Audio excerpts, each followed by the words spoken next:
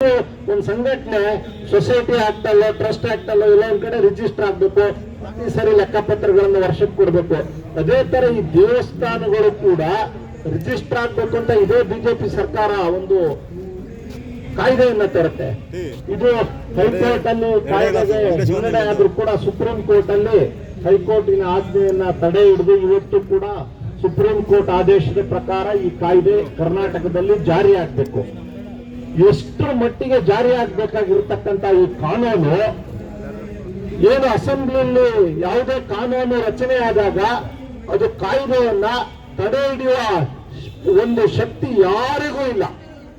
ಅಂತಹ ಸ್ಥಿತಿಯಲ್ಲಿ ಅಂದಿನ ಮುಜರಾಯಿ ಸಚಿವರು ಏನ್ ಹೇಳ್ತಾರೆ, ಧರ್ಮಸ್ಥಳ ದೇವಸ್ಥಾನದ ಏನು ದೇವಸ್ಥಾನಗಳ ನೋಂದಾವಣಿ ಇದೆ ಇದನ್ನ ಈಗ ತಾತ್ಕಾಲಿಕವಾಗಿ ತಡೆ ಹಿಡಿಯಿರಿ ಅಂತ ಒಂದು ಟಿಪ್ಪಣಿ ಕೊಡ್ತಾರೆ. ಅವ್ರ್ಯಾರು ಪೂಜಾರರೋ ಶೆಟ್ರ ಯಾರೋ ಮಿನಿಸ್ಟರ್ ಇದ್ರು, ಮುಜರಾಯಿ ಇಲಾಖೆದು ಆ ಭಾಗದ ಮಿನಿಸ್ಟ್ರು. ನಾನು ಇವನ್ನೆಲ್ಲ ದಾಖಲೆಗಳನ್ನ ತೆಗೆದು ಈಗಿನ ಮುಜರಾಯಿ ಸಚಿವರಾದ ರಾಮಲಿಂಗಾರೆಡ್ಡಿ ಅವರಿಗೆ ಒಂದು ಪತ್ರವನ್ನು ಕೊಟ್ಟಿದ್ದೀನಿ. ಈ ತರ ದೇವಸ್ಥಾನಗಳು ರಿಜಿಸ್ಟರ್ ಮಾಡಬೇಕು, ಇದು ರಿಜಿಸ್ಟರ್ ಆಗ್ತಾ ಇಲ್ಲ, ನಿಮ್ಮ ಅವಧಿಯಲ್ಲಾದರೂ ರಿಜಿಸ್ಟರ್ ಮಾಡಿ ಲೆಕ್ಕಪತ್ರಗಳೆಲ್ಲ ಕೊಡಿ ಅಂತ.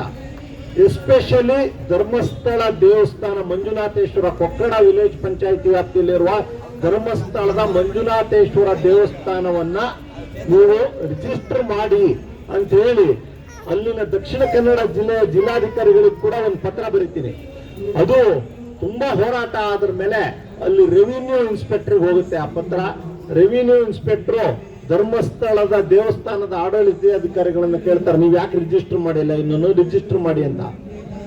ಧರ್ಮಸ್ಥಳದ ಧರ್ಮಾಧಿಕಾರಿ ಅಂತ ಬಿರುದ್ದಿರ್ತಕ್ಕಂಥ ವೀರೇಂದ್ರ ಹೆಗ್ಗಡೆ ಅವರು ನಿರಾಕರಣೆ ಮಾಡ್ತಾರೆ. ಇದು ಜ್ಞಾಪಕ ಇಟ್ಕೊಳ್ಳಿ. ಯಾಕೋಸ್ಕರ ಇವರು ಕಾನೂನು ಬದ್ಧವಾಗಿ ಕಾನೂನುಗಳನ್ನ ಇವರು ಜಾರಿಗೆ ತಂದವ್ರೆ. ಇವತ್ತು ರಾಜ್ಯಸಭಾ ಮೆಂಬರ್ ಆಗಿ ಹಲವಾರು ಕಾನೂನು ಕಾಯ್ದೆಗಳು ರಾಜ್ಯಸಭೆಯಲ್ಲಿ ಲೋಕಸಭೆಯಲ್ಲಿ ಏನು ಕಾಯ್ದೆ ಬರುತ್ತೆ ಅದಕ್ಕೆ ಇವರದ್ದು ಒಂದು ಸಹಿ ಇರುತ್ತೆ. ಇವರೇ ಈ ಕಾನೂನನ್ನ ತಂದು ಇವರೇ ಈಗ ಈ ಕಾನೂನನ್ನ ಉಲ್ಲಂಘನೆ ಮಾಡ್ತಾ ಇದ್ದಾರೆ. ಆದ್ರಿಂದ ಇವ್ರ ಮೇಲೆ ಕಾನೂನು ಕ್ರಮಗಳನ್ನು ತೆಗೆದುಕೊಳ್ಳಿ ಅಂತ ಹೇಳಿ ನಾವು ಬಹಳಷ್ಟು ಹೋರಾಟಗಳನ್ನ ಇದುವರೆಗೂ ಮಾಡ್ತಾ ಇದ್ದೀವಿ. ಇಲ್ಲಿವರೆಗೂ ಯಾವ ಮಿನಿಸ್ಟ್ರಿಗೂ, ಯಾವ MLAಗೂ, ಯಾವ ಅಧಿಕಾರಿಗಳಿಗೂ ದಮ್ಮು ಇಲ್ಲ, ತಾಕತ್ತು ಇಲ್ಲ. ವೀರೇಂದ್ರ ಹೆಗ್ಗಡೆ ಅವರು ದೇವಸ್ಥಾನಕ್ಕೆ ಹೋಗ್ಬಿಟ್ಟು ನೀವು ರಿಜಿಸ್ಟರ್ ಮಾಡಿಲ್ಲ, ಇದು ರಿಜಿಸ್ಟರ್ ಮಾಡಿ, ಇಲ್ಲ ಅಂದ್ರೆ ಕಾನೂನು ಪ್ರಕಾರ ಸರ್ಕಾರದ ವಶಕ್ಕೆ ತಗೋತೀವಿ ಅನ್ನೋ ದಮ್ಮು ತಾಕತ್ತು ಇಲ್ಲದೆ ಇರತಕ್ಕಂತ ಅಧಿಕಾರಿಗಳು, ರಾಜಕಾರಣಿಗಳನ್ನ ನಾವು ಇಟ್ಕೊಂಡು ಇವತ್ತು ಈ ಹೋರಾಟನ ಮಾಡಿದ್ರೆ ಎಷ್ಟರ ಮಟ್ಟಿಗೆ ಸಕ್ಸಸ್ ಆಗ್ಲಿಕ್ಕೆ ಸಾಧ್ಯ ಹೇಳಿ ನೋಡೋಣ ನೀವೇನೆ. ರತ್ನವರ್ಮ ಹೆಗ್ಗಡೆ ಅವರು, ಆಮೇಲೆ ಮಂಜಪ್ಪ ಹೆಗ್ಗಡೆ ಅವರು, ಅವ್ರು ಆ ಕಾಲದಲ್ಲಿ ಧರ್ಮಸ್ಥಳದಲ್ಲಿ ಏನೂ ಇರಲಿಲ್ಲ. ಭಕ್ತರು ನಡ್ಕೊಂಡು ಹೋಗ್ತಾ ಇದ್ರು. ಅಪರೂಪಕ್ಕೊಂದ್ಸರಿ, ವರ್ಷಕ್ಕೊಂದ್ಸರಿ ಹಳ್ಳಿಗಳಿಂದ ದೇವಸ್ಥಾನಕ್ಕೆ ಹೋಗಿ ಕೈ ಮುಗಿದ್ ಬರೋರು. ನಮ್ಮ ತಂದೆನೂ ಹೋಗ್ತಾ ಇದ್ರು.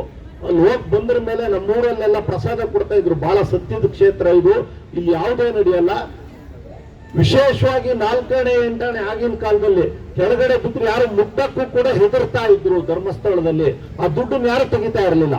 ಅಂತಹ ಸತ್ಯ ಕ್ಷೇತ್ರದಲ್ಲಿ ಒಂದು ಹೆಣ್ಣು ಮಗುವನ್ನ ಅತ್ಯಾಚಾರ ಮಾಡಿ ಕೊಲೆ ಮಾಡ್ತಾರಲ್ಲ, ಧರ್ಮಸ್ಥಳದ ಮಂಜುನಾಥ ಅಲ್ಲಿದಾನ ಅನ್ನೋ ಅನುಮಾನ ನನಗಂತೂ ಕಾಡ್ತಾ ಇದೆ. ನಿಮ್ಗಿದೆಯೋ ಇಲ್ಲೋ ಗೊತ್ತಿಲ್ಲ, ನಿಮ್ಗೆ ನಂಬಿಕೆ ಇದ್ರೆ ನೀವೆಲ್ಲ ಹೋಗಿ, ನಾನೇನು ಹೇಳ್ತಾ ಇಲ್ಲ. ಆದ್ರೆ ನನಗೆ ಕಾಡ್ತಕ್ಕಂಥ ಪ್ರಶ್ನೆ, ಇಷ್ಟೆಲ್ಲ ಆದ್ರೂ ಕೂಡ ಮಂಜುನಾಥ ಅಲ್ಲಿ ಇದಾನ ಅಂತ ಹೇಳಿ ನಮ್ಗೆ ದೊಡ್ಡ ಪ್ರಶ್ನೆ ಆಗಿದೆ. ಅದಕ್ಕೆ ಯಾರಾದ್ರೂ ಉತ್ತರ ಗೊತ್ತಿದ್ದವ್ರು ನಮ್ಗೆ ಯಾವಾಗ ಬೇಕಾದ್ರೂ ಬಂದು ಹೇಳ್ಬಹುದು. ಹಾಗಾಗಿ ಧರ್ಮಸ್ಥಳ ಅಂದ ತಕ್ಷಣ ವೀರೇಂದ್ರ ಹೆಗ್ಗಡೆ ಫ್ಯಾಮಿಲಿ ಮಾತ್ರ ಅಲ್ಲ, ಅಲ್ಲಿ ಬಹಳಷ್ಟು ಜನ ರೈತರಿದ್ದಾರೆ, ಕೂಲಿ ಕಾರ್ಮಿಕರಿದ್ದಾರೆ, ಗ್ರಾಮದ ನಾಗರಿಕರಿದ್ದಾರೆ, ಒಳ್ಳೆ ಹೃದಯ ಉಳ್ಳವರಿದ್ದಾರೆ. ಇವ್ರ ಮೇಲೆ ಯಾವುದೇ ಒಂದು ಕಾನೂನು ಕ್ರಮ ತಗೊಂಡ್ರೆ, ನಾನು ಈ ದಿನ .com ಅಲ್ಲಿ ರಂಜನ್ ಯರಡೂರು ಮತ್ತು ನಾನು ಒಂದು ಸಂದರ್ಶನ ಮಾಡಿದ್ವಿ. 1 ಗಂಟೆಗಳ ಕಾಲ ನಾವು ಕಾನೂನಾತ್ಮಕವಾದ ಎಲ್ಲಾ ವಿಷಯಗಳನ್ನ ಧರ್ಮಸ್ಥಳ ಹೆಂಗೆ ಉಲ್ಲಂಘನೆ ಮಾಡ್ತಾ ಇದೆ, ವೀರೇಂದ್ರ ಹೆಗ್ಗಡೆ ಅವರು ಈ ಕಾಯ್ದೆನ, ಮುಜರಾಯಿ ಇಲಾಖೆ ಕಾಯ್ದೆನ ಹೇಗೆ ಉಲ್ಲಂಘನೆ ಮಾಡ್ತಾ ಇದ್ದಾರೆ ಅನ್ನೋದ್ರ ಬಗ್ಗೆ ಸವಿಸ್ತಾರವಾದ ಒಂದು ಚರ್ಚೆ ಮಾಡಿದ್ವಿ. 1-1.5 ಲಕ್ಷ ಜನ ನೋಡಿದ್ರು.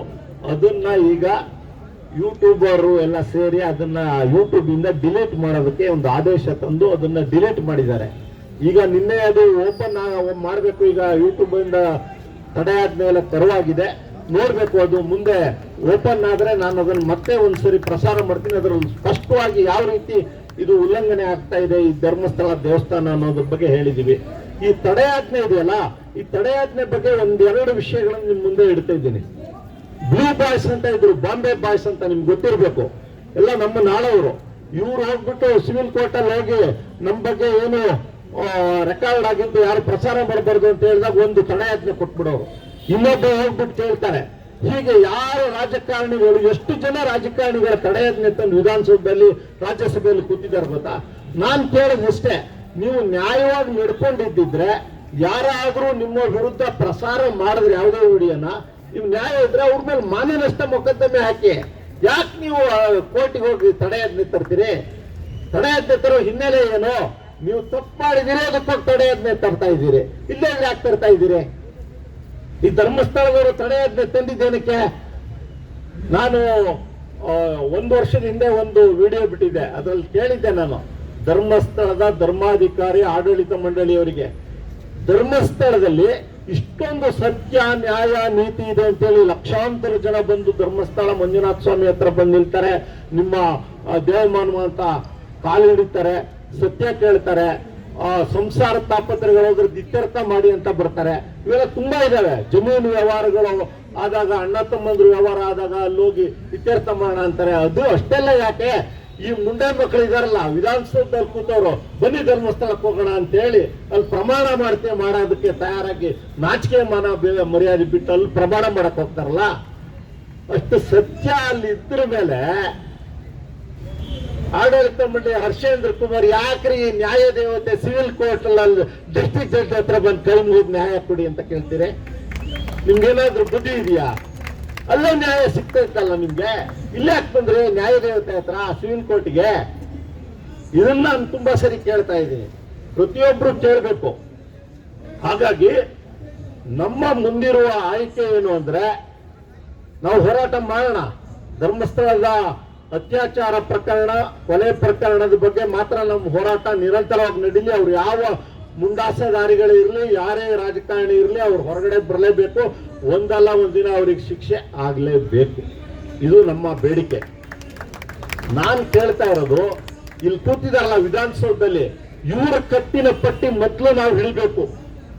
ಯಾಕೆ ಮುಜರಾಯಿ ಇಲಾಖೆ ಕಾನೂನನ್ನು ಜಾರಿಗೆ ತರಕ್ಕೆ ನಿಮ್ಗೆ ಆಗಲ್ವಾ? ವಿಧಾನಸೌಧದಲ್ಲಿ ಕೂತಿರೋರಿಗೆ ಏನ್ ವೀರೇಂದ್ರ ಹೆಗಡೆ ಮಂಜುನಾಥ ಸ್ವಾಮಿ ಆಡಳಿತ ಮಂಡಳಿ ಅಂದ ತಕ್ಷಣ ನಿಮ್ಗೆ ಯಾಕೆ ಅಷ್ಟು ಭಯ?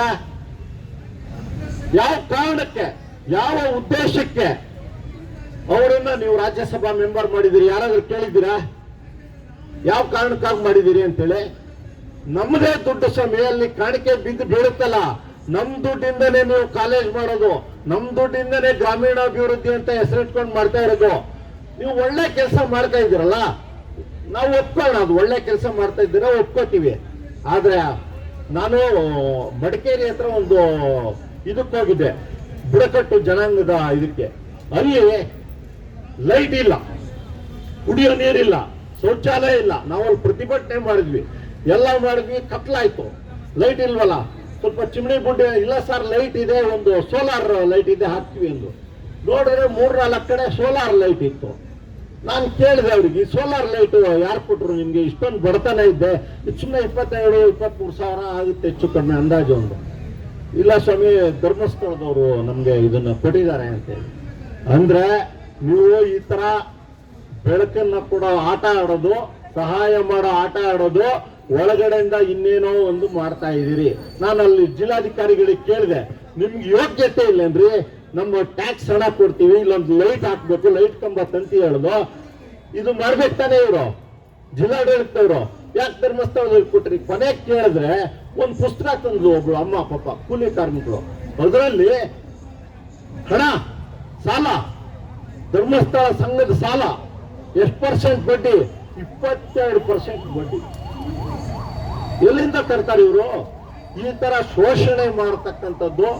ಒಂದ್ ಕಡೆ ಮಗುವನ್ನ ಚೂಟೋದು, ಒಂದ್ ಕಡೆ ತೊಟ್ಲನ್ನ ತೂಗುವಂತ ಕೆಲಸ ಇವ್ರು ಮಾಡ್ತಾ ಇದ್ದಾರೆ.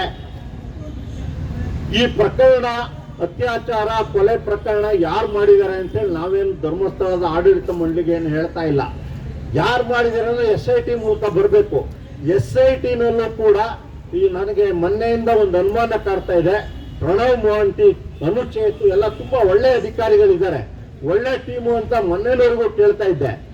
ಮೊನ್ನೆ ಯಾವಾಗ ಒಂದು ವಿಡಿಯೋ ನೋಡಿದೆ, ಧರ್ಮಸ್ಥಳದಲ್ಲಿರ್ತಕ್ಕಂಥ ಪೊಲೀಸರು, ಬೆಳ್ತಂಗಡಿ ಪೊಲೀಸರು ಹಳೆ ಕೇಸ್ಗಳ ಎಲ್ಲ ದಾಖಲೆಗಳು ನಾಶ ಆಗಿದೆಯಂತೆ. ಯಾವುದೇ ದಾಖಲೆ ಇಲ್ಲ ಹಳೆ ಕೇಸಿಂದ ನಿಮ್ಮ ಧರ್ಮಸ್ಥಳದ ಪೊಲೀಸ್ ಸ್ಟೇಷನ್ನಲ್ಲಿ.